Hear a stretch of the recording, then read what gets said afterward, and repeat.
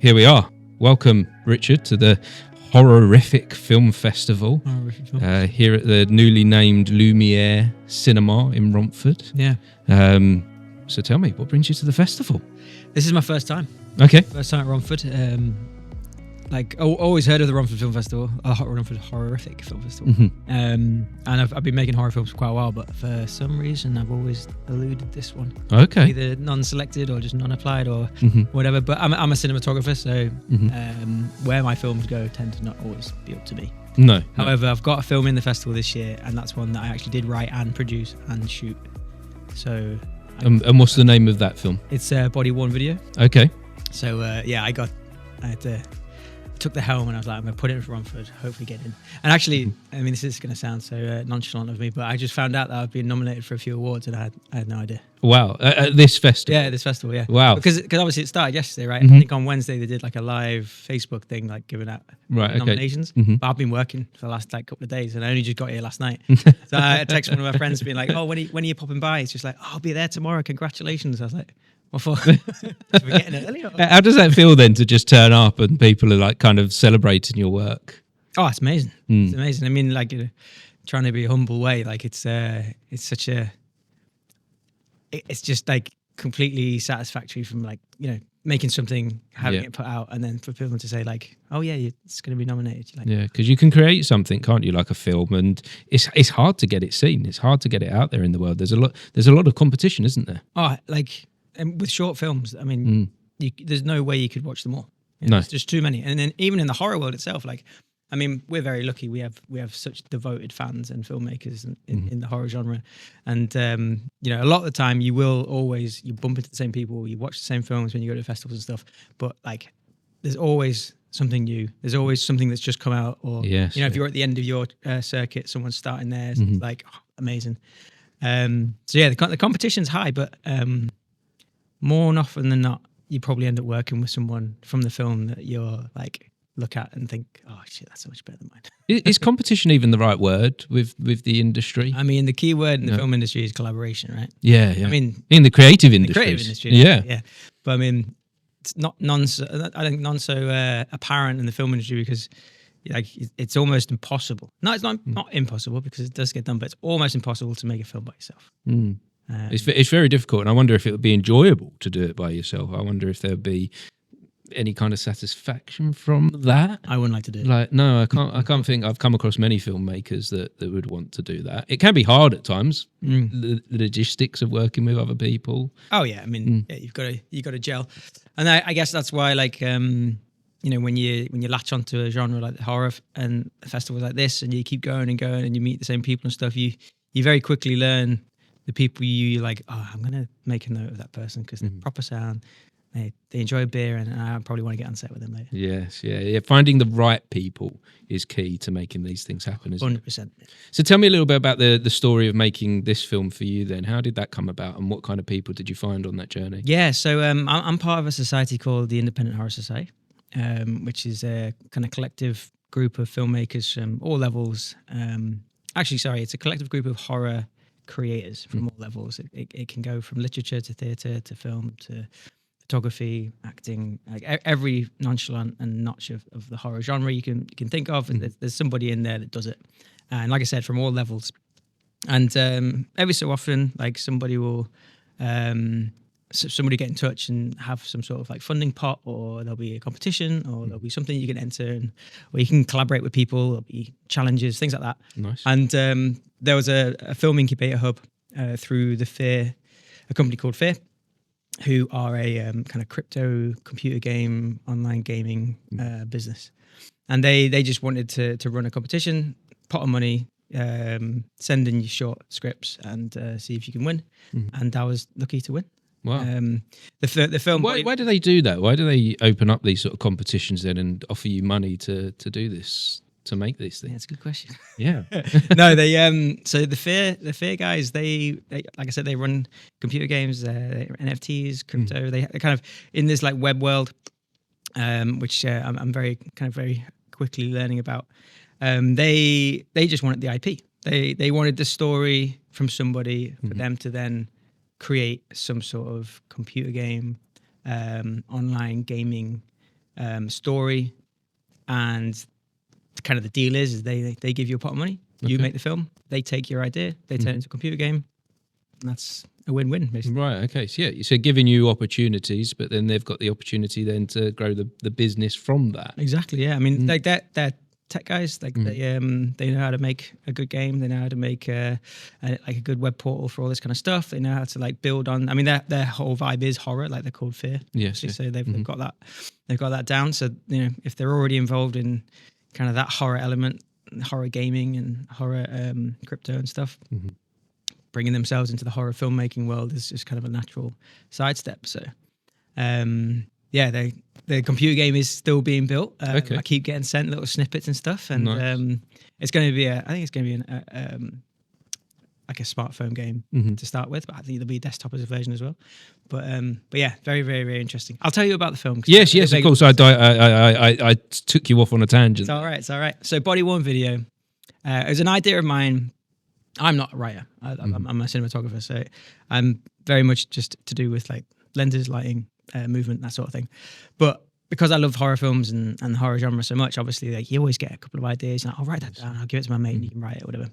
And I had this idea because I'm in this society. There were so many other people that were like kind of groups where you could talk about them, discuss them, like give peer-to-peer help and things like that. And my initial idea was like, if you ever get lost in like a scrolling thing on Facebook. Oh, easily, yeah. I think we all do these days, don't we? I think that's once you know, like, oh yeah, you start watching like a few road rage videos. Yes. Like, they're the. That means. Well, I found Twitter, or X as we now call it. That's the worst for that. Is it? Oh, I've been on there recently, and you just see horror after horror after horror, and you almost can't stop. Can't stop. And once it knows you like it, it gives you more. It gives you more of it, yeah. And I don't like it though. I don't want to watch this bad stuff. But then every now and then it'll throw in some boobs as well, and I'll be like even more drawn in, And so the algorithm knows, yeah, knows what you want to say. And I got lost in this loop on bailiff videos. Okay. So like people like obviously like body cam footage of bailiffs turning up to doors and people arguing, and it's that kind of thing where you're like, whose side are you on? I don't really like the bailiffs, but they're kind of right, and this person's obviously done something, and you just like, and you're interested to see where it goes well, aren't you? There's like where is this going? Like, how is this going to end? It's kind of like it's real life drama, isn't it? It's like it's like watching The Bill, but like in your phone, like straight there and real. And I got this idea like, oh well, what if you had like a found footage film, which is what my short is, told from a bailiff's body cam of him coming up to this house. Someone's not paid their bills, or like not paid the council tax or whatever. Like they're coming to collect some debt, and the house is like some sort of cult den, and they get kind of roped into it as you do in a horror film. Maybe they split up. Maybe they try and find someone in distress, and ultimately it ends in some sort of like mad, chaotic ending. And I had this idea, and I wrote it down, and I like sat on it for a little bit, and then. Another one of these writers groups came about. It's like, if anyone wants to pitch in their ideas, I'd love to like just spitball some stuff. I was like, cool, I'll just throw this idea out. So I wrote it real quickly. And as I was writing it, I was like, actually, what if these were police officers? Because it makes it a little bit more like good versus evil, not like bailiffs are dicks. Maybe the people inside are not. Not that all bailiffs are dicks, obviously. No, but they tend to get bad rap, don't they? And so I flipped it. So I made it police officers because they still had the body cam, and it's still found footage. It still worked that way. And instead of it being like they were turning up to collect debt, it was maybe someone rang in a distress call for some sort of like baby in distress or domestic abuse or something that was a nosy neighbor basically got on.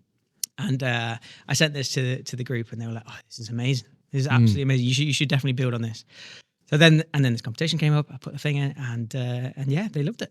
And I think they really loved it. One, because I think it's a good story. Two, because I think you could easily turn some sort of like first person point of view, body worn video camera, and you can very easily see that as a computer game. Yeah, and I can see. I think it works as a story as well because it's relevant at the moment, like you say, with the TikTok and the Twitter thing. That there's a lot of that footage kind of out there. Exactly. Yeah. And so people like it. It does engage with people. Yeah. So and there's another thing. There's a trope with found footage. I mean, I love found footage. It's an amazing subgenre, but at some point in most of the good ones, you'll be there like, I'd have turned the camera off by now.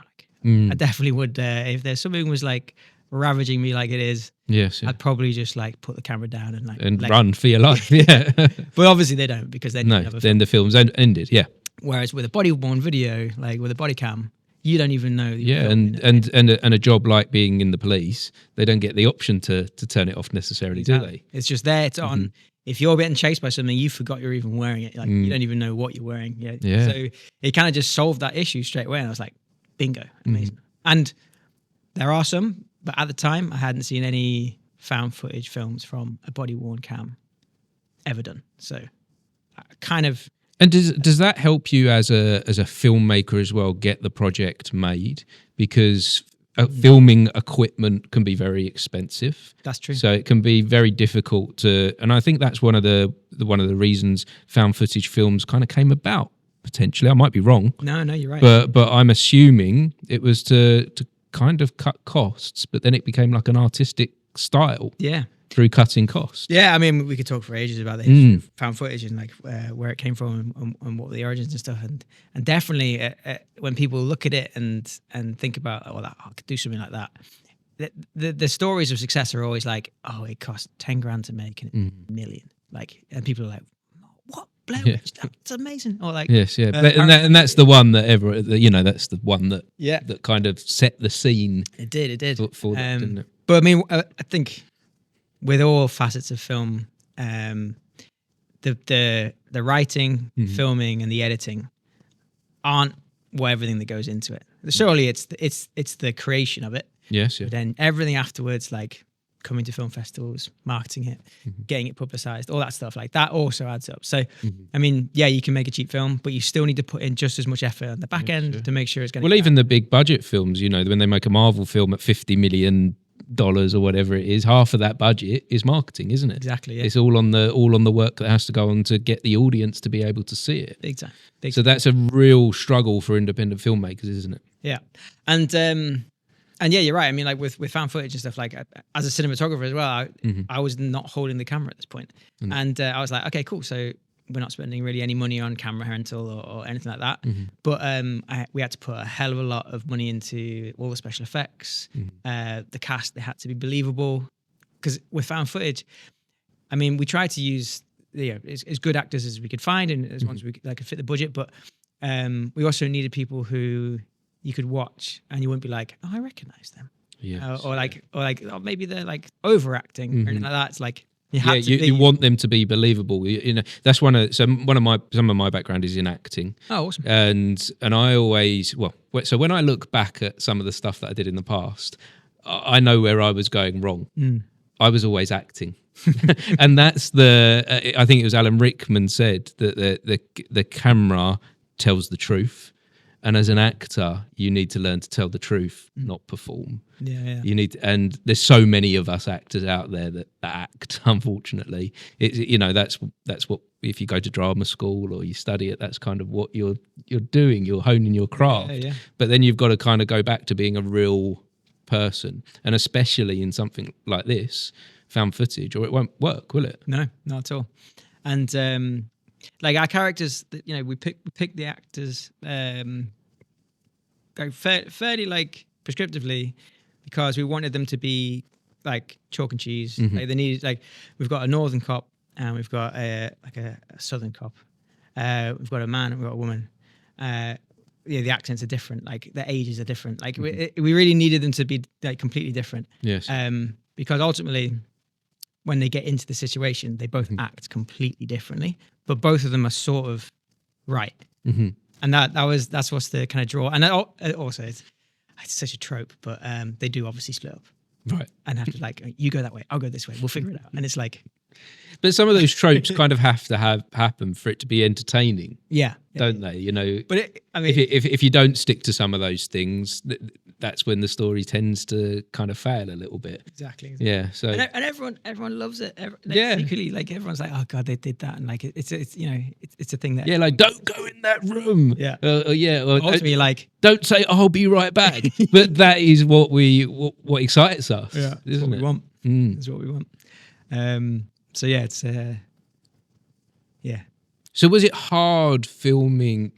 You've given them these cameras that they wear.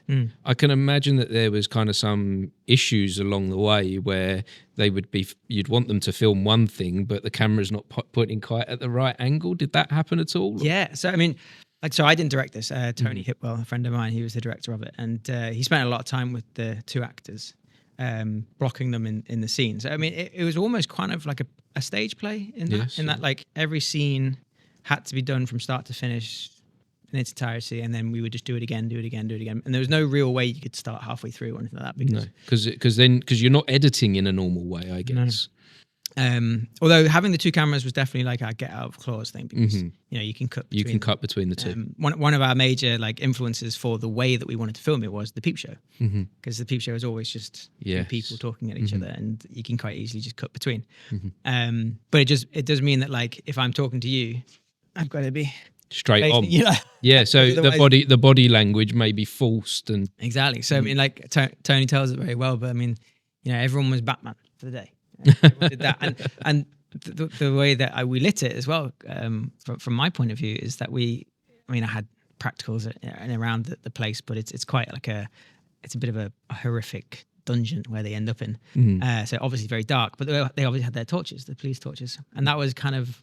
I was getting them to light the scene and like show the audience what we needed to see and stuff. But obviously, if they moved the torch with their hand, they had to move the body as well. Exactly. Because otherwise the audience is going to see anything. Wow. Or if they were standing still. So there's a real technique to this. Oh, yeah. Yeah. And at the same time, you want them to act natural.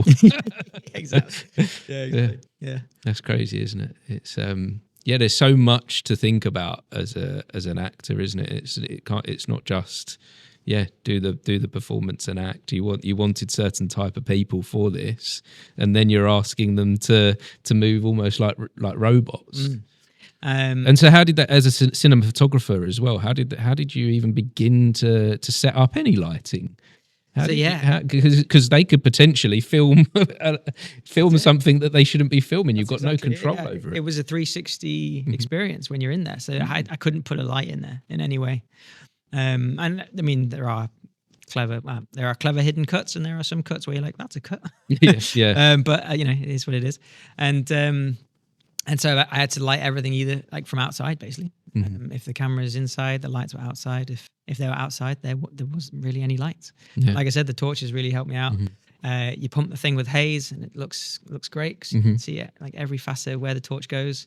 I mean, it's a horror film told in the daytime, for starters, although it does span into the night as it gets towards the end. But, passing of time and stuff like that, it doesn't really... Someone gets knocked out, so you kind of like, you lose. Yes, yeah. You have that creative license in it. But, yeah, it was a real challenge, and one that I actually really reveled in. And I suppose it helped that I was also producing it as well, because it meant that I had my hand in like what the props looked like, and had my little influence on the location, obviously, and all the other bits like that, which really helped me figure out where I could hide lights, where I could hide like cracks in windows and stuff like that, just to make sure things were seen. But ultimately as well, like I did a lot of camera tests. We used the DJI action cams, which a lot of people would say, oh, you got a GoPro on there. It's like, actually a GoPro was like go-to, but when we tested the cameras, the GoPro wasn't as good. No. I used a very good color house. I'm from York. It's a really, really good post house called Motion Post up there. And they worked with me on the camera test between all cameras, did various lighting conditions.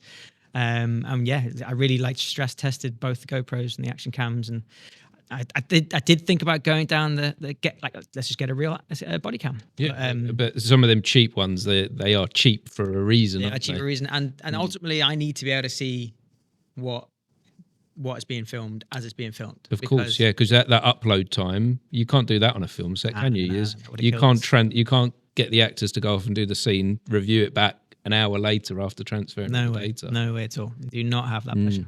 So the DJI cams came out best, and I think it's come out as best as I could have hoped. Sounds like a really interesting journey, as well as you as a cinematographer coming up with a concept and idea. You get someone else to help you write it, you get someone else to direct it, but then you're producing this as well. How does that help your craft? I would never do it again. No, you've kind of done that now. No, like I mean, producers are the unsung heroes of films. Like they never. I don't think they really ever get the credit they deserve, because ultimately the producer is doing the team building, and they're building the right team to make the best film. And also, when the film is going on in production and post, they've done their work. They are just now there to fix anything that goes wrong, and ultimately they always do. If your film's going to come out, and it's just stressful. Yeah. It's just a very stressful time. Is it worth it though? Yeah, I'd say. I mean, I'm not a producer, so I mean, No. this was my first flurry in it. I probably wouldn't go about doing it again, but ultimately, it is very satisfying to produce something like that. That's out in the world, award-winning short, whatever that means. And but if I wasn't a cinematographer and also doing that as well, I think I'd probably feel a bit like, okay, that was a lot of work. Now you guys go and sell the film. Because I get with the producing side of stuff, I guess the creativity isn't so much there; it's more of the organising, isn't it? Exactly, yeah. And you're like I said, you're team building, you're network building. You got to pull on the people that you know are like the best at that, and the best at that, and will do that job right. And you're making sure that everyone's doing their job right, on time, in budget, all that kind of stuff. Sure. Like it's real project managing, especially on a short. I mean, obviously, if you get into like the feature film world, you probably have a line producer, you've probably got a production manager, you've got all other different assets. You've got exec producers probably beating down your neck, but giving you all the money and stuff like that. So I think a short film producer, they're a Swiss Army knife of amazingness. I wonder if it's given you it's enhanced you with your skill set in cinematography, having done the other roles. Yeah, no, yeah. I definitely think it would. And what's quite interesting in that the film that I picked, that I co-wrote to do, is a found footage film, which for a cinematographer, it's not really a calling card that I'd be like, hey, check out the amazing frames and like the quality lighting and all this stuff in this film. But as every other aspect, as a writer, as a producer, I'd be like, check this fucking film out, man. I think it's pretty good. But at the minute, I have two other films that are doing the circuit that I shot.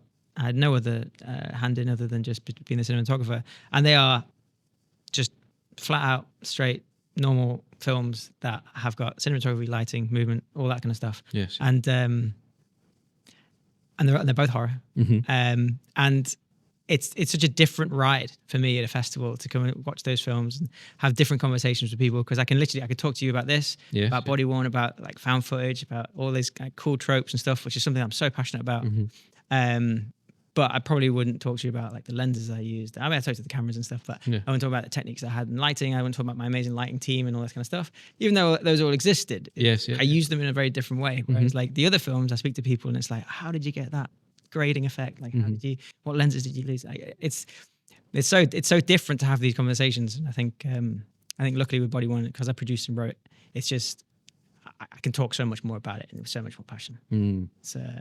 And maybe it is a calling card for you. Like, does every cinematographer, does every director, a writer have to have the same type of film as their calling card? That's an I think it's interesting something. point. Yeah, I think it's something nice to have something that's different. It's a really interesting point because that's come up a lot in terms of like I couldn't have 3 more different films currently doing the festival circuit, and I kind of laugh it off sometimes because you try and be a bit humble. I was at a festival day where all 3 were paying, and I felt a little bit shy about the fact because everyone's like, "Oh, it's the Bucky O'Hare show," and but then when you watch them, you're like they literally have no correlation to each other, and I sometimes think like, is that a bad thing? Like, am I sitting back here like, if someone was like, "Oh, I need to shoot this film, it wants to look like this," I know the Bucky can do it because that's his style. Yeah. It shows you're adaptable. It shows you've got diversity. But maybe it shows that I can pick up any story and film it how I want. Jack of all trades, master of none.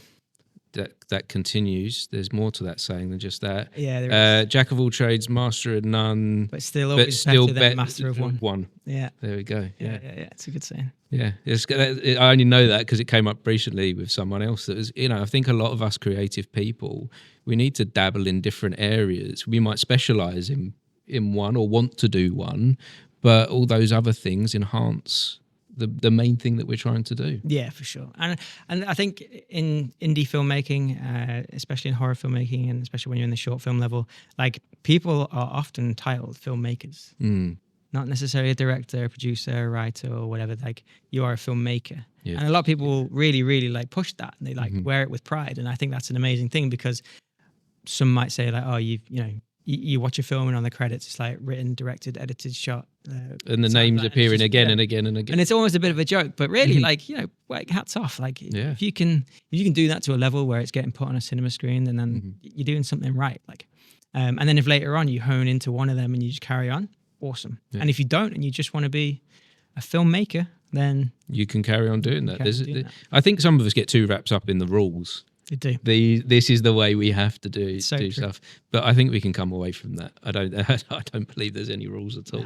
No. And for me personally, the more I move away from the rules, the better things get, and the more enjoyable they get. More enjoyable, I'd say. Yeah. For sure. Yeah, because then it's not like ultimate freedom and stuff like that. But Mhm. it's just a little bit like a playground. Like, Yes, yeah. Once if you're just Yes, a like pure playground. creation, isn't it? Yeah, and that's when I go back to when I used to do like the acting stuff. For me, when I used to say I'm just an actor, I wasn't actually enjoying that because I was always doing someone else's thing. Right. But as soon as I stopped doing that, and as soon as I started going into directing and producing and writing, and now the podcast, these are my playgrounds now. Amazing. And I don't have to, ask someone else, can I play in their playground? And I can invite people to mine. Yeah, and you've got such a wealth of other experiences that Yes, you draw upon, and like other like people and Mhm. interactions that you've got. They're just like, ultimately, like you said, they just like they build that one role that you really want to like Yeah. nail. And if I was, and if I was just doing that one thing, I wouldn't have a playground. No, That's all. no, for sure.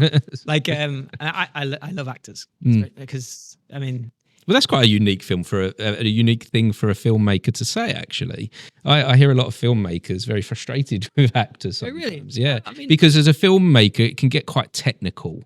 So there's concentrating on the craft of making the film and making the lights nice and making the sound nice and the image nice, and the actors can sometimes get pushed to one side.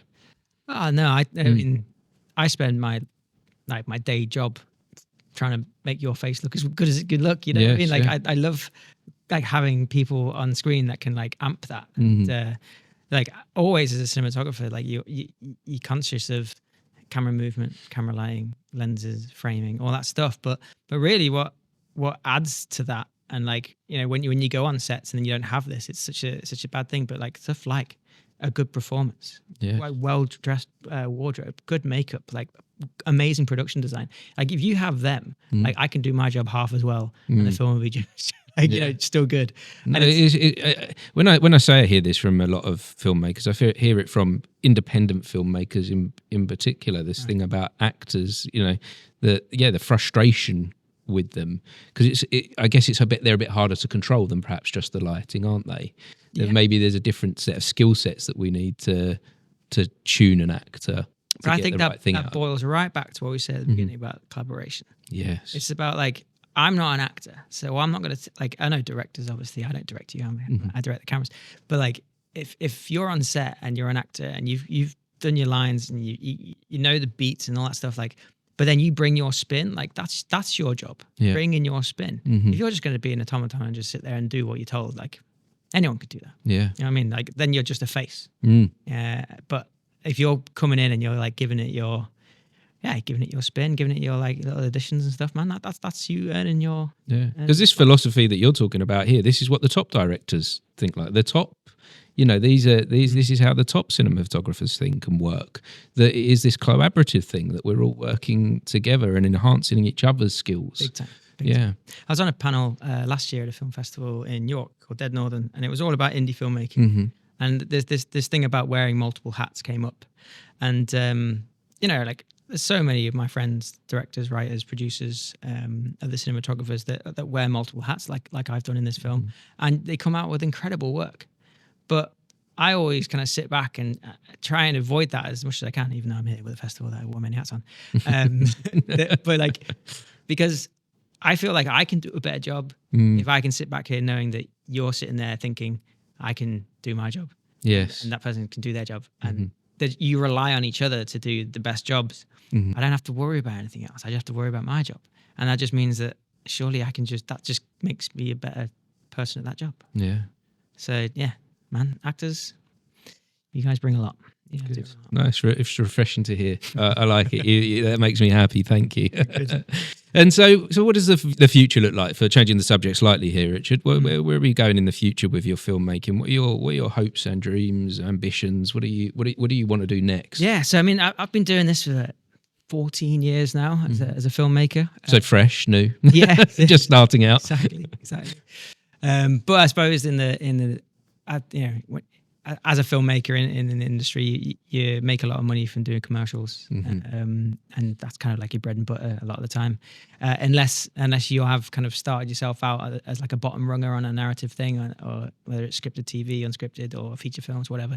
I started out in the commercial world, and I've done pretty well in that, and now I'm transition over. And it's work. Yeah, I'm working at it, and I think it's going pretty well. And I think since 2022, I've been making shorts for a while, but I think since 2022, when my first big short came out, which is called The Heritage, which came out on Hulu in America as part of a Halloween anthology they did, that did really well at festivals, and I got to tour with that quite a lot. And then that kind of got me into 2024. Meeting all the people that I'd met in 2023 at the festivals, and I did like 7 shorts and 2 features. Wow! And I was like, this is just cause and effect. Like, this is exactly what I was kind of like. Be careful what you wish for, because then it starts to come together. Because it starts to come together, and like, that's kind of my. Now I'm just continuing that on. So like, yeah, I did 6 shorts last year, but I also had Body One Video and the 2 shorts I do in the festival circuit. They started their festival like run apparently like August time. Body One premiered at Fright Fest, and then the rest of them kind of drip fed after that. And that's kind of my focus now, is just to keep going with touring festivals with the films that I've made, and trying to meet more people and trying to make more films. Ultimately, I did 2 features last year, and I'd love to do more. They were a bit of a whirlwind, very short, shooting schedules, very tight, but really enjoyable. And like, as much as they are, they are low budget features, like there's a charm about them, and the crew that I work with were amazing. And I'd love to like do that again, but just grow it, make it bigger, longer schedules, more budget, obviously. Yes. And then just keep expanding it. I will always have a twinkle in my eye when someone hands me a horror script, and more often than not, no matter what the budget is, or how many days it is, or how many pages you want to do I'm probably going to be like. So if someone wants you working on their film, if they're listening into this, I need to get Richard on my film. A horror script. Yeah. If you slide that over to Richard, then you'll get him. Honestly, you will. But I mean, saying that, I would love to do anything else. Well, not anything else. I wouldn't really pay off a rom-com or anything like that. But I do lots of other features, and exploring other genres and stuff like that as well. I mean, obviously, like kung fu and action films were amazing. The first feature I did last year was a zombie Nazi film set in World War II, obviously. And I went into it thinking, this is a zombie film. I'm going to shoot a zombie film. I know zombie films like back of my hand. It's going to be like this, it's going to be like this, it's going to be like this. And then when we got into it, it was more of a war film. It was action-packed. Right. Like, we had stunts, we had people jumping off stairwells, we had blood explosions, like things like that. I was like, I was knackered because I was running around with this camera for 2 weeks. But when I went into it, I was like, wow, action films are hellishly fun. Yeah. Like, it's such good fun to like choreograph a fight, try and figure it out, put the camera in weird places to get different effects. And experimenting like that. Would you kind of, as I know on bigger budget commercials and stuff, you sort of lose a little bit of the charm when you do get more budget and more time and a bigger crew, because it's planned, it's meticulous. Yes, it has there's to less be. flexibility to play in your playground. Play in your playground, exactly. Yeah. So when you do get these opportunities, where I guess when the money comes in, it then starts to become someone else's playground. I wonder. Yeah, for sure. So yeah, that playing in that area at the minute is where I'm at. The future for me, I'd love to keep going, bigger and better features. I'm never going to not do shorts, but they are hard work. They are hard work for sure. I think I've done a few. I've done a few. There's something on my mind at the moment that I want to go back to. I want to go to that. Be careful what you wish for. Oh yeah. Why is that within the industry? Because I'm in a position of that at the moment. It's funny when I have these conversations. Sometimes it like something will resonate with me about like just a small thing that you said there. I'm very much in a space of that at the moment where my workload is immense. Nice. And things are going in the right direction Awesome. as well. And I'm being pulled about here, there, and everywhere.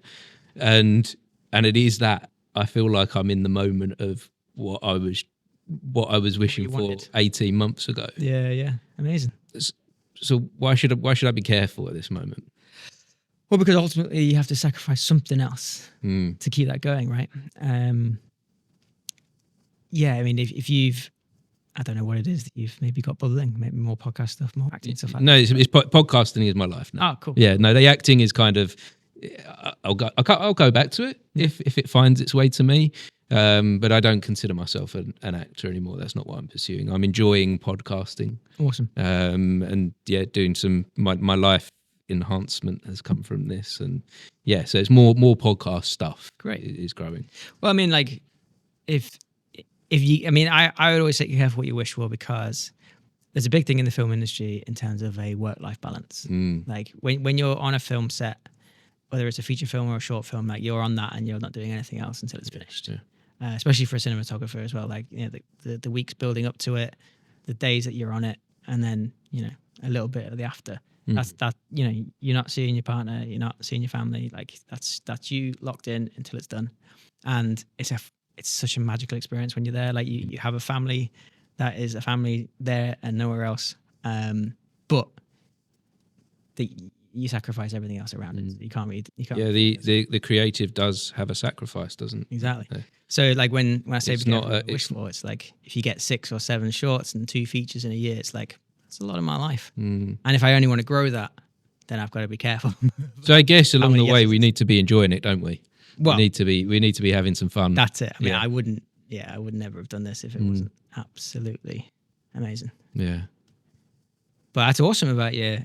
If your podcast is blowing up, mate. No, like I say, just something that it's funny when little moments resonate. Yeah, of course. And that takes me to as well with like we mentioned before we started talking on here that the connections with the podcast are becoming something special and unique. Yeah. And like, I had one of your friends on the podcast that I met in where was I? I was in Yorkshire. Yeah, what's that called? The Harrogate. Yeah, the convention centre there. Is it Festival of Ideas? Thought Bubble. Thought Bubble. Yes, comic book festival. Yeah, John Pearson. John Pearson. An incredible illustrator who's doing awesome things. And yeah, that's how I found out about your podcast, because I saw that you'd like regrammed some post of him on it. And I listened to it on the walk to work in the week. And then I saw that this was part of Romford. I was like, wait a minute. I've definitely seen that podcast somewhere else. Yeah, and I think that's, you know, similar to how things are working out for you with the connections, that you're going to these festivals and connecting with people, and that's leading to work. The similar things are happening with me. That's awesome. I'm meeting all these people, and people are in some way helping me create something. And then some of those connections knew each other already. It's crazy. Yeah, that's so good. Yeah, that is so good. Yeah, and I think that's how we pursue any creative thing, isn't it? Collaboration and connection. Big time. I mean, not to sound like everyone else in the creative industry, but like networking it's awesome. And you don't have to call it networking. Hanging out, you can call it. Yeah, and it's very daunting for a lot of people. It's very daunting. It has a corporate edge to it. Like networking. Would you like to come to a networking? Yeah. It's like, no. It's like, would you like to come to a film festival and have a beer? It's like, yeah. Yeah, I kind of started to look at it more of a way of just meeting like-minded people. And then you start to become friends and you build relationships. And it's not... I found the business actually works when we're not talking about business. Yeah. When we're not going, oh, I need X amount of money for my film. Do you want to invest in this? And that's when it all kind of the relationship kind of dies. Yeah. Whereas you meet people with like-minded ideas and you have common interests, things start to grow. Exactly. And like I think our industry, but not completely like beholds to it, is it's like a relationship thing. It's like you have to be likable and be enjoyable to talk to and to work with and be a nice person. Oh, and yes. And when you find that person and then you find out that you can work with them in some way, it's like working with your mates. And then what's not awesome about that? Yeah. And in doing this podcast, I have met one person out of nearly 600 people have been on the podcast now. one person who I would not want to work with. Really? That's a great odd. Yeah, yeah, It's really good odd. and no, I won't go into who that is.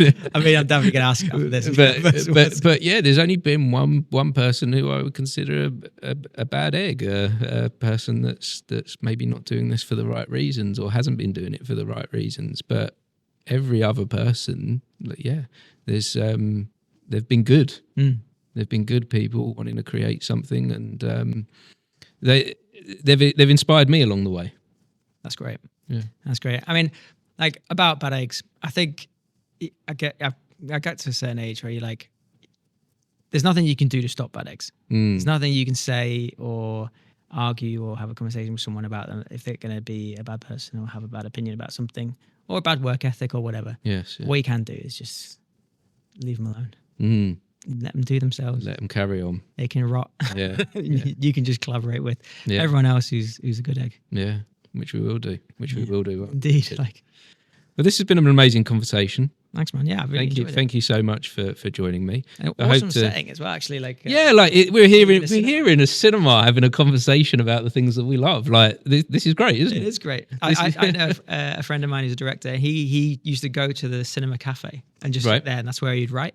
No, he'd just get really. There's something. inspired. Yeah, I do believe that. There's so I'll do a lot of these podcasts in a theatre, on the stage in a theatre, which is I kind of feel like that's my home. Yeah, it's nice. And yeah, in places like this as well. And I think there's something about the environment that you're in helps in some way inform your craft. Definitely. Better being in So if you love cinema, come to the cinema. Yeah, if that's the thing that you want to create, be in that space. Big time.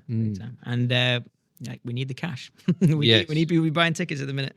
Yeah, because it's a struggling industry. It's unfortunately is, yeah.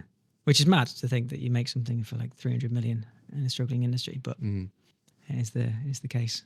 Why do you think that is? Why do you think the industry? What is your? If we can, I know there's lots of things wrong at the moment, but what springs to mind as the problems behind this industry? Well, I was actually having this conversation last night with a friend, and there's a really big production house that's just gone under this week. I won't bother talking about who it is, and they've thousands of people lost their jobs overnight in London, and it's really made a ripple because it's off the back of last year and a lot of other houses, hire houses and production houses, they also went under. And there's an element of oversaturation with our industry. We're in a very desirable industry, a creative industry, the film industry and stuff like that.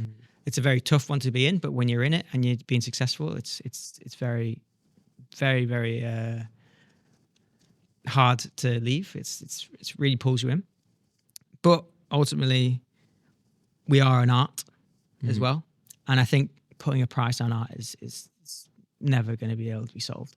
And so you've got people working for pennies, you've got people working for millions. And there's always this middle ground. And unfortunately, I think the people working for millions are always going to be in work, and the people working for pennies are always going to be in work.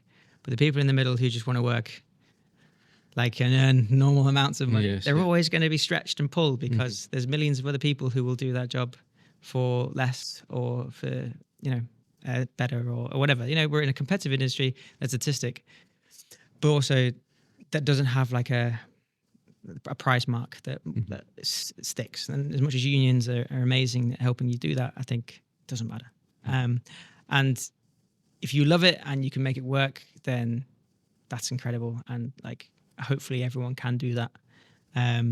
But I think in terms of the big cinema industries and the problems they have, I wouldn't say that I'm really someone who's qualified to talk about the in-depth things about. But I do think we've lost this physical media. We've lost the love of the cinema because ultimately we've just had other avenues open up, like streaming and downloads and things like that, which help people consume a lot more, but in a lot of a less way, I would say, as an art piece, Yeah, the cinema is just turned on in front of us. They're about to watch a movie now. They just heard us talking about it. Yes. Yeah, and it's the younger generation. So I've got a 16-year-old daughter, and I had a moan at her the other day because we was talking about a film, and she was saying, "What film are we talking about?" Oh, Beverly Hills Cop, right? Just randomly, we're talking about Beverly Hills Cop, and I'm like, "You've seen it, haven't you?" And she's like, "Yeah, I've seen it." I was like, "Where did you watch it?" Because I've not shown it to you, and like being 16, most of the films that she's seen, I'd have kind of especially Beverly Hills Cop. I'd have directed her in that kind of direction. She's like, "Oh, I watched it on TikTok the other day." I was just like, no, you don't watch Beverly Hills Cop on TikTok. I was like you. Right, so watching it on your phone is one thing. Watching a film on your phone is not. I don't think that's consuming a film. It's watching it on a little tiny, not what it was meant. 5-inch screen is one thing to consume a film. I think that's okay for like second viewing when you've kind of seen the film before and you're sitting on the train and you want to catch up with a bit of TV. I kind of feel like that's okay there, but to experience a piece of cinema on the tiny little screen just doesn't translate, and you won't get the same feeling. Oh no. But then it goes further with that generation that they're consuming it in 3-minute doses with other forms of entertainment popping in and out in between. Oh, like that. And this is very vertically. And vertically. Correct. Yeah. So cinema is being diluted by the things that are out there that are for consumption. Yeah. And so there's a generation that I'm concerned won't get to experience cinema because it's too easily accessible in 3-minute doses. Exactly. And so I told her, no, you have not watched Beverly Hills Cop, and you must now sit down and watch it properly. Yeah, for sure. I mean, that's the thing. Like, I think in America, when a film comes out at the cinema, it also comes out on streamers straight away. So there's no need to go see it. You know, I mean, I don't consider myself that old. I'm 38, so I'm probably older than a few. But I remember when the Batman films came out, Kristen Nolan's Batman films out, I would go at midnight on the Thursday to watch it. And like, you would arrive and there'd be some of your mates who you didn't know were coming, and you were like, oh yeah, we'll go first time. Like everyone's going to see it because it's releasing right now. It's the first screening. Yeah, so exciting. But now you're just like, oh yeah, I'll catch it on Prime next week or something. You know, nah. No, I think the cinema is a special thing that we need to somehow try and save it, and we need to shout about how good the community experience is of seeing it in a cinema, like you say, meeting up with your friends, seeing it in a shared environment, seeing it on a big screen that you can't possibly have in your home. It's something different. So actually, I wonder if this is why things are going this way. I went to go see The Monkey the other day. Sorry, The Monkey. The Monkey. Yeah. The Stephen King short. Right, okay. I forget the director's name now. Oswin Perkins. Oswin Perkins directed. Awesome film. Okay. It's a really good horror film. Very funny. But we were watching the trailers beforehand, and I forget what the film was, but it was just like a coming of age sort of like rom-com trailer for a film in IMAX. And I was like with my mate Tony. Tony directed Body One Video, and I was like, "Why are they showing that in IMAX? Like, why do I need to have like a 70mm like completely immersive experience watching just like two lovebirds?" But maybe that's a way of trying to force people in. Like, there's no way you can see an IMAX film on your phone or at home. No. So maybe they're just going to turn all films to IMAX. Yeah, films. maybe because that middle ground is disappearing a little bit. Definitely. But go to the cinema, everyone. Yes, go to the cinema and experience new films. Come to festivals. Yeah. Yeah, I love. As a lover of film, what do you get from a festival? As not on a business side, not on a networking side, what do you get as a lover of film from coming here? So, I mean, it's an experience you can never really have anywhere else, and I think you have to be a cinema lover to love it. Because I speak to my partner about coming to festivals like this, and she's like, "Oh, what have you done today?" I was like, "Well, I've seen 2 features. I shot through 3 short film blocks. I can't tell you all of them, but there was this one that was amazing. The feature was good. They had a Q&A afterwards, and like blah blah." And she's just like, "I mean, wait a minute, you sat down for 12 hours and watched films?" I was like, "Yeah, it's awesome, isn't it?" She's like, "I'd hate that." And it's not for everybody. It's not for everyone. No, but that idea of just fully just getting it, like all of that All those films just taken in. And the fact is that film festivals is that not a lot of these will go anywhere else. They'll go to other film festivals probably. The ones that do really well will get bought and get put on a streamer. But they're not going to get a cinematic release, not for horror films and not for indie films, not really, unless you're going to Raindance or Sundance or some big film festivals. And there's something special about that, like getting a film experience with an audience that maybe not everyone's going to get. And then when that film eventually does come out down the line, people start talking about it, like, oh, I saw a Q&A with the director at the festival when they did the premiere there, or they did the UK premiere there, or whatever. And they said this, they said that. Like I talked to the actress at the bar, and she was like talking about the scene. There's all these little amazing behind the scenes parts that now that things are on streamers, you don't get. No, you won't get or these behind the scenes. No. It's not as readily as you'd like. But coming to a film festival is literally like with indie festivals and indie films, man, they're just so special because they're special to them and they're unique to us as a viewer, and you just get so much more out of it. So much more out of it than just going to see a Marvel film or whatever. No, I completely agree, Richard. And thank you for sharing today. No problem. I really do appreciate you coming on and sharing some of your insights. Just as we kind of wrap up this conversation then, is there any advice that you would give to someone that was new to filmmaking then? I wonder where they would possibly start with trying to find those connections and try and finding those playgrounds that work for them. Yeah, new filmmaking. I get asked this a lot as someone who's been doing this for a long time. If you're new and you're wanting to get in, I think if you're a filmmaker, and I use that as a catch-all phrase, I think you need to be proactive and you need to be making things.